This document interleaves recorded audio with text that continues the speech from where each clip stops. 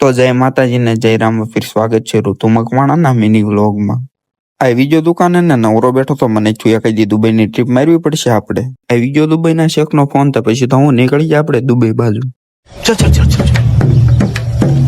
Dubai આવીને 350 માં મસ્ત મજાની રાખી લીધી હોટલ। આ વિજા દુબઈ ના રણમાં ને પાછળથી ફોર્ચ્યુનર આવતી તો માસી દોડવા મીણ્યા।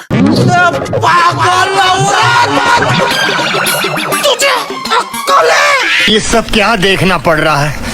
अच्छा है मैं अंधा। इनको तो आमाशी ने अलग ज हालतू तो मैं लाइन 10 रुपया दे दो वारो है। एहे रहा नहीं जाता, तड़प ही ऐसी है ना।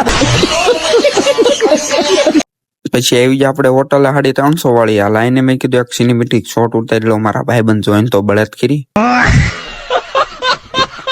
આપણે આવી ગયા દુબઈની માર્કેટમાં ને દુબઈની માર્કેટમાં કઈ મજા ન હોય। મેં કીધું મારી રવિવારી સિવાય तो खोटो हो।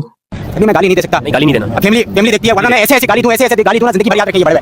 દુબઈ વાળાએ આપણને કાઠી મૂક્યા કે તમે નીકળો તમારા કાઠિયાવાડ બાજુ, તમે અહીંયા ન પહોંચો દુબઈમાં। પછી તો હું નીકળી ગયા આપણે કાઠિયાવાડ બાજુ।